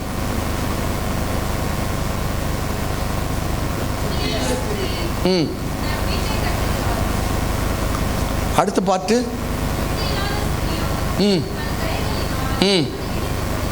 பெண்கள் கையை பிடிச்சி சொல்லுங்க, 2ல் நீ யார்? 2 பொறுப்பு உனக்கு தான். நீ நினச்சா வீட்டை கட்டவும் முடியும். வீடை கட்டுறது அந்த வீடு கட்டுறதில்ல, குடும்பத்தை கட்டுறது.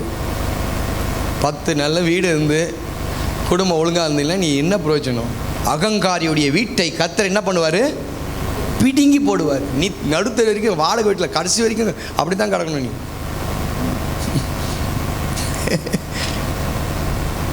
வீட்டை கட்டுறங்க. வீட்டை கட்ட, அதுக்கப்புறம் மற்றதெல்லாம் பார்த்துக்கலாம். வீடே சரியில்லை. அவர் சொல்றாரு, குணஸ்தாலியான ஸ்திரீயை கண்டுபிடிப்பான் யார்? நிறைய பொம்பளைங்களை பார்த்தான் அவன். உண்மைதான். நீ பொம்பளையா? முதல் சொல்லு. 1000 நீ தானே, 1000 நீ தானே, 1000 1 இருக்கிற. அவளும் பொம்பளை இல்லை, நீயும் பொம்பளை இல்லை. ஒரு வீட்டை கட்ட வேண்டிய மிகப்பெரிய ஒரு பொறுப்பு, பெரிய பொறுப்புங்க. வீட்டை கட்ட முடியல. ஆகினால்தான் சங்கீதக்காரன் தன்னுடைய சங்கீதம் 128ஆம் சங்கீதத்தில், கர்த்தருக்கு பயப்படுகிற மனுஷன் நிபீதமாய் ஆசீர்வதிக்கப்படுவான், உன் கையின் பிரயாசங்களை நீ சாப்பிடுவாய். அடுத்தது யாரு? மனைவி. என்னது? திராட்சை. என்னது திராட்சை? அந்த திராட்சை செடி என்னது? அந்த திராட்சை கொடி என்னது? சந்தோஷங்க.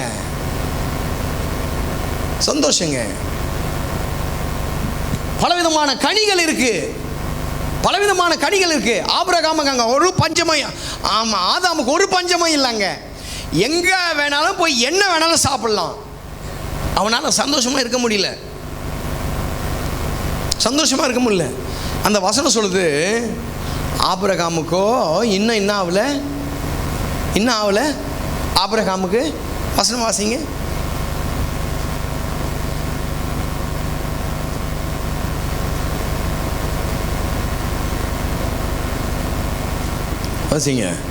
என்ன தேடுறீங்க?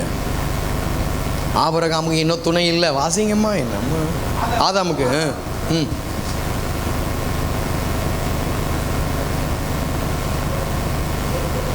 நல்லா இருக்குது. ஆதாமுக்கோ இன்னும் ஏற்ற துணை கிடைக்கவில்லை. எப்போ? 18.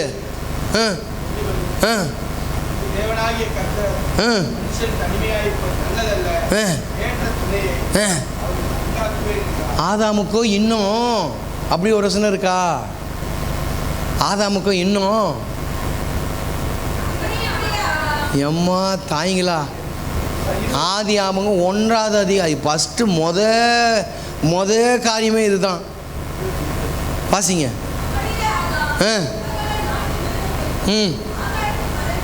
ம் ம் ம் இன்னும் வரலை, துணை இல்லை. துணை இல்லாதனால குடும்பம் கஷ்டமாக இருக்குது. காசு பணம் இருக்குது, நிறைய இருக்குது, துணை இல்லை. துணையாக இருக்கணும், வினையாக இருக்கக்கூடாது. துணையாக இருக்கணும். ஒருத்தர் உட்காந்துங்க, நான் என்ன சொன்னேன், ஏண்டா இன்னும் போகலையாடா அப்படின்னு. இல்லை போகல, 10 மணி ஆயிடுச்சு. பேய் இன்னும் தூங்கியிருக்காது. என்னைக்கிடா பேய் தூங்கியிருக்கு? இருக்கட்டும், இருங்க, போடா வீட்டுக்கு போடா, நான் பேசுகிறேன். இல்லை 10 மணி ஆச்சுன்னா அதுவே பேசும். அந்த பேயே பேசும் 10 மணிக்கு, எங்கே இருக்கிற? ஏன்னா இதுக்கு பேய் பிடிச்சிக்கோ இல்லை, இதுக்கு பேய் பயம் வந்துடும் இல்லை, இதுக்கு பேய் பயம் வந்துடக்கூடாதுன்னு சொல்லி அது கேட்கும், எங்கே இருக்கிற, வந்து சேரு. 2 ஃபோன் கட் பண்ணானா 11 மணிக்கு இன்னொரு ஃபோன் தொடர்ந்து வரும். டிங்கி டிங்கி டிங்கி டிங்கி டிங்கி டிங்கி அடிக்கும். 11 மணிக்கு வரும். ஏற்ற துணை. ஒரு குடும்பத்தில் கட்டண வீடு கட்டப்படணும். கட்டப்படுறதுக்கு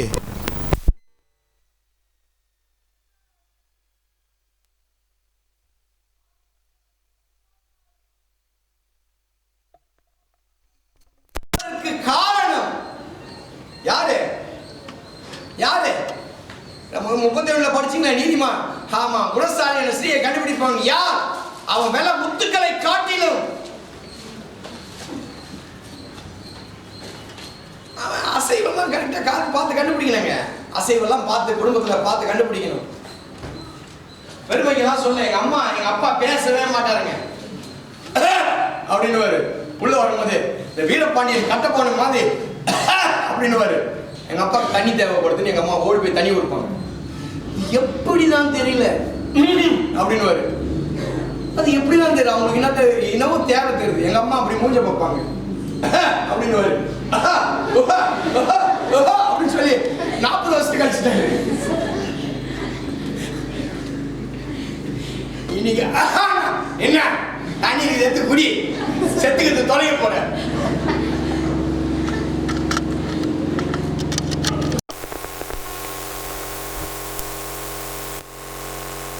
நடக்கிறது கொஞ்சம் பாருங்களேன். வாழ்க்கை, நம்மளுடைய வாழ்க்கை துணை இல்லாம ஆங்கிலம் தான் சொல்லுது. ஆமா, புத்தியுள்ள ஸ்ரீ என்ன பண்ணுவாளாம்? வீட்டை கட்டுவாள். அதே வசனம் சொல்லி இடிப்பாள். அவளை இடிச்சு நாசமாக்கிடுவான். எழுச்சி வச்சுட்டு செத்து போயிடுவேன். அப்ப என்ன அர்த்தம்? அது ஒருத்தி சொல்றா, எழுதி வச்சுட்டு செத்துருவாளாம். நாயை சாவற நாய் தனியா சாவே. அதுக்கு என்ன எண்ணம் தெரியுமா? இவனும் உருப்படக்கூடாது. என்ன எழுதி வச்சு சாவ போற? என்கிட்ட அப்படி சொன்னா நான் எப்படி நம்ம பண்ணுவேன்? நான் சொல்ல மாட்டாங்க, அவங்களுக்கு தெரியும் என்னை பத்தி.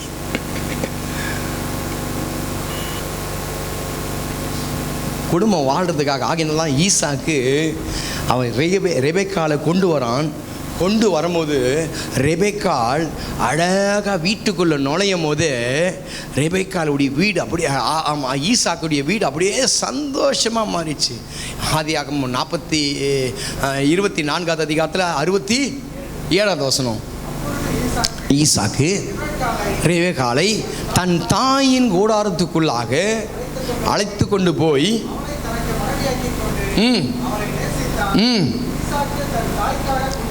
துக்கம் மாறணும்.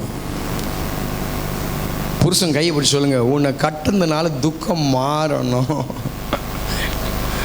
துக்கமாயிட, உன்னை கட்டுனதுனாலேயே துக்கமாக இருக்கக்கூடாது. உன்னை கட்டுனதுனால துக்கம் மாறணும். அந்த வீடு ஆகினால்தான் சங்கீதக்காரன் தன்னுடைய 128 சங்கீதத்தை சொல்லும் போது, மனைவி வீட்டோலங்களில் கனித்தரும் திராட்சை கொடியை போல் இருப்பாள். அவருக்கு திராட்சை என்பது ஒரு மகிழ்ச்சி. அந்த மகிழ்ச்சியாக இருக்கணும். வீட்டுக்குள்ளே வெளியே அந்த வருகிற காரியங்கள் எல்லாம் விட்டு உள்ள வந்த உடனே மகிழ்ச்சியாகி மாறின அந்த வீடு. அப்போ வீட்டை கட்டுவது, சபையை கட்டுவது, ஜெப ஆலயத்தை கட்டுவது. அவன் சொன்னான், ஒரு மனிதன் சொன்னான், ஆமாம், இவனுக்கு அதை செய்ய இவன் பாத்திரவனாக இருக்கிறான். ஏன் தெரியுமா பாத்திரவனாக இருக்கிறான்? நமக்காக என்ன பண்ணி கொடுத்துருக்கான்? ஒரு ஜெப ஆலயத்தை கட்டினான். கட்டு, குடும்பத்தை கட்டு, ஜெப ஆலயத்தை கட்டு, ஜெப ஜீவியத்தை கட்டு. கடைசியா நாட்டவும். என்னத்தை நாட்டணும்? அதே பாயிண்ட் தான். அங்கே நோவா 9வது அதிகாரம் 9:20 நோவா என்ன பண்ணார்? திராட்சை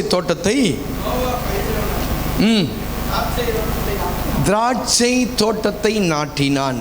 ஏசாயா 55வது அதிகாரம் 2வது வசனத்தில் 5:2 வாசிங்க. 5:2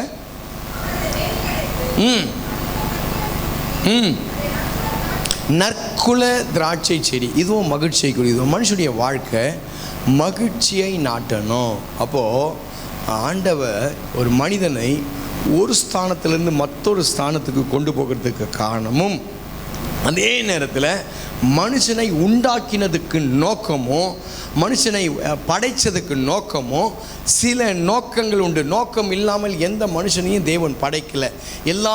எல்லாரையும் ஆண்டவர் காமனாக ஒரு காரியத்தை சொல்லணும்னா, இந்த ஜனத்தை நான் எனக்கென்று ஏற்படுத்தினேன். நாமெல்லாம் தெய்வத்துடைய ஜனம் ஆகினால்தான்.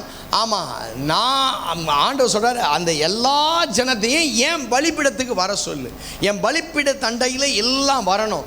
வந்ததுக்குனால அவன் சொல்லும் போது இப்படி ஆகி சொன்னார், என் வாயாக இருக்கணும். நான் பேச வேண்டிய வார்த்தைகளை இங்கே என் வாயில் தேடணும். ஒருத்தன் கஷ்டப்பட்டு வருவான், என் வாயை திறந்த உடனே அவன் குணமாகணும். அது மட்டும் இல்லை, கலைகள் எல்லாம் பிடுங்கணும். எனக்குள்ளே கலைகள் வளர்ந்துருக்கும், என்னை அறியாமல் எனக்குள்ளே ஒரு சில கலைகள் இருக்கும், அதை பிடுங்கணும். அது மாத்திரமில்லை, பலிப்பிடத்தை, அந்நிய பலிப்பிடத்தை, எனக்குள்ளே உருவாகி இருக்கிற அந்நிய பலிப்பிடம் இடிக்கப்பட வேண்டும்.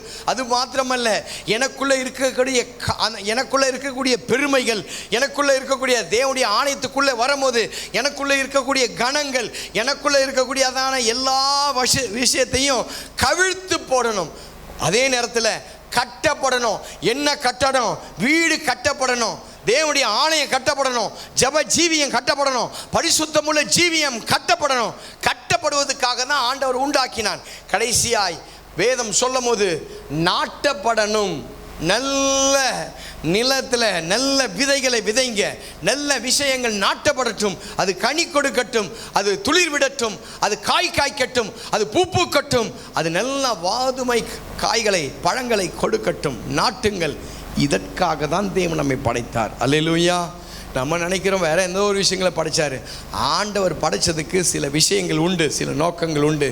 அதுதான் இந்த 7 காரியங்கள். நம்ம எல்லாம் முழங்கால் படிக்கிட்டு எந்த விஷயத்தில் பாருங்கள், நான் தேவனுடைய வாயா இருக்கேன்னா பாருங்கள், நான் தேவனுடைய வாயா, நான் யார், என் வாயில் புறப்படுகிற வார்த்தை என்ன? கொஞ்சம் யோசித்து பாருங்கள், என் வார்த்தைகள் எல்லாம் எப்படி இருக்குது? என் வார்த்தைலாம் நல்லா இருக்கா? மற்றவங்களை தேற்றுதா? மற்றவங்களை ஆற்றுதா? சோர்ந்து போகிற ஜனங்களுடைய அந்த வார்த்தைகள் எல்லாம் ஆற்று தேற்றுதா? என் வார்த்தை எப்படிப்பட்ட வார்த்தைகளா இருக்கு?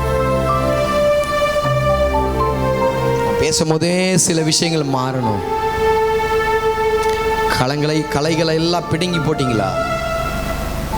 நல்ல விஷயங்கள் கூடவே வேற காரியங்கள் வளர்கிறது. நல்ல விஷயங்கள், ஆவிக்குரிய விஷயங்கள் வளரும் போதே கூட கெட்ட விஷயங்களும் வருது. அவனை கேட்டால் ரட்சிக்கப்பட்டவன்றாங்க, அவனை கேட்டால் அபிஷேகம் பெற்றவன்றாங்க. அபிஷேகம் பெற்றவன் ஏங்க இந்த விஷயத்தை செய்ய போறான்? ஆண்டவர் உள்ள இருந்தா ஏங்க இந்த விஷயங்கள் நடக்குது? அப்போ உனக்குள்ள என்னவோ ஒன்று, வேற ஒன்று. அந்நிய பலிப்பீடத்தை இடி. உனக்குள்ள தேவனுடைய காரியங்கள் மாத்திரம்தான் இருக்கணும், அந்நிய காரியங்கள் இருக்கக்கூடாது. இதெல்லாம் அந்நிய காரியம் பாரு. அவன் ஆடுறான், அவன் குதிக்கிறான், அவன் போறான், அவன் சுத்துறான், அவன் என்னவோ பண்றான். உனக்கு அது தகுதியா? இது உனக்கு தகுதியே இல்லையே. தகுதி இல்லாத அந்நிய பலிப்பீடத்தை உள்ள கட்டி வச்சிருக்கிறியே, இழுத்து போடு இன்னைக்கு. அந்நிய பலிப்பீடம் உனக்குள்ளே உருவாகி இருக்கிறது. அதில் பிசாசு தான் குடியிருக்கும். 8 தலை 15 கை, அதுதான் உள்ள குடி இருக்கும். உனக்குள்ள குடி இருக்கிறது தேவன். நீயே தேவனுடைய ஆலயம். உனக்குள்ளே நான் வாசம் பண்ணுவேன். தேவன் வாசம் பண்ணுகிற இடமா அது? பிசாசின் கிரிகளை அழிக்கும்படி உள்ள இருக்கிற அந்த பிசாசின் ஆவிகளை அழிச்சு விடு. எதை கவிழ்த்து போடணும்? உனக்குள்ள தேவனுக்கு முன்பதாக எது மேலே நிற்குதோ, முதலாவது தேவனுடைய ராஜ்யத்தை நீதியும் தேடுங்கள். தேவனுக்கு இடம் இல்லாத எல்லாத்தையும் கவிழ்த்து போட்டுரு. பெருமை துதிக்க முடியலையா? உன் பணத்தினால துதிக்க முடியா? வேலையினால துதிக்க முடியலையா? உன் படிப்புனால துதிக்க முடியலையா? வாழ்க்கையில கர்த்தரை துதிக்கிறதுக்கு, கர்த்தரை ஆராதிக்கிறதுக்கு எதெல்லாம் தடையா இருக்குதோ எல்லாத்தையும் கவிழ்த்துடு. பிழைப்பாய், எல்லாத்தையும் கவிழ்த்து போடு.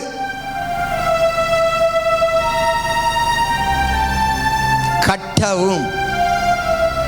இன்னைக்கு ஒரு வீட்டை கட்டு. வீட்டை கட்டுற பொறுப்பு உங்க கையில் கொடுத்தாரு. அதுக்காக தான் உன்னை படைச்சாரு. ஏவாளை படைச்சதுக்கு காரணமே வீட்டை கட்டுறதுக்கு தான், இடிக்கிறதுக்கு இல்லை. அவ இடிச்சு தள்ளிட்டு போயினேன்ட்டான். ரெண்டும் அவமானமா வெளியே, நிர்வாணமா வெளியே சுத்துது. கட்டுறதுக்காக உண்டாக்கப்பட்ட அந்த அந்த ஸ்ரீ கட்ட முடியாதனால இடிச்சு போட்டுட்டா. தேவனுடைய ஆலயத்தை கட்ட முடியும், ஒரு குடும்பத்தை கட்ட முடியும், ஒரு வாழ்க்கையை கட்ட முடியும். நல்ல மகிழ்ச்சியை நாட்டுங்கள், சமாதானத்தை நாட்டுங்கள். நம்ம எல்லாம் கொஞ்ச நேரம் அப்படி எல்லாம் ஓ தேங்க்யூ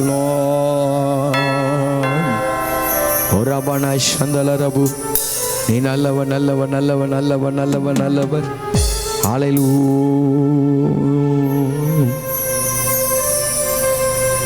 தேவா நான் ஏதினால் விசேஷித்தவன், ராஜா நான் அதை தினம் யோசிப்பவன்.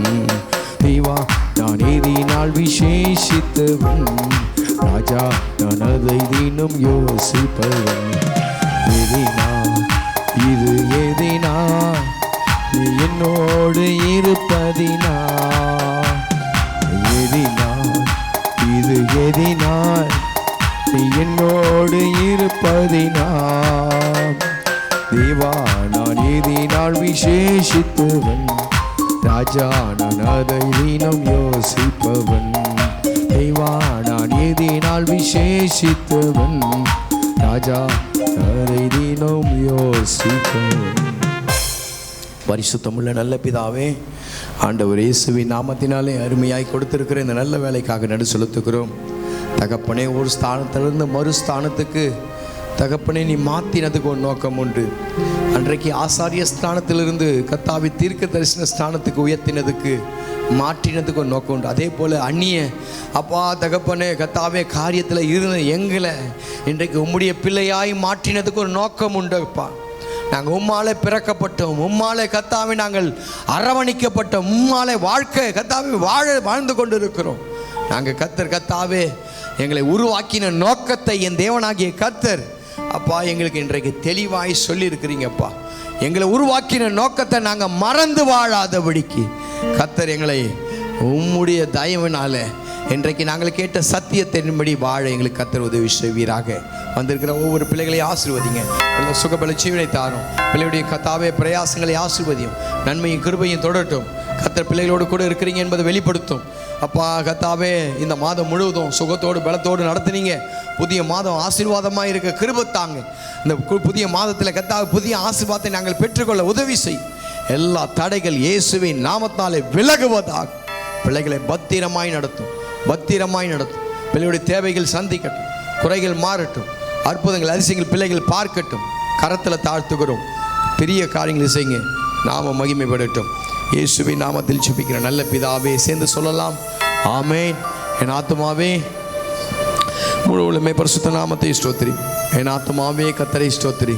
கர்த்தர் செய்த சகல உபகாரங்களையும் மறவாதே. ஆமென். கர்த்தராகிய இயேசு கிறிஸ்துவின் கிருபை, பிதாவாகிய தேவனுடைய அன்பும், பரிசுத்த ஆவியின் அந்யோன்ய ஐக்கியமும், ஆறுதலும் தேர்தலும் எழுதலும் சமாதானம் ஆசீர்வாதமும் இன்றைக்கும் என்றைக்கும் சதா காலங்களும் நம்மோடு கூட இருந்து நம்மை நடத்துவாராக. ஆமென். அல்லேலூயா, அல்லேலூயா. கர்த்தர்களோடு இருப்பார். உங்களை ஆசீர்வதிப்பார். சமாதானம் கண்டு செல்லுங்கள். அது பெரிய காரியம்.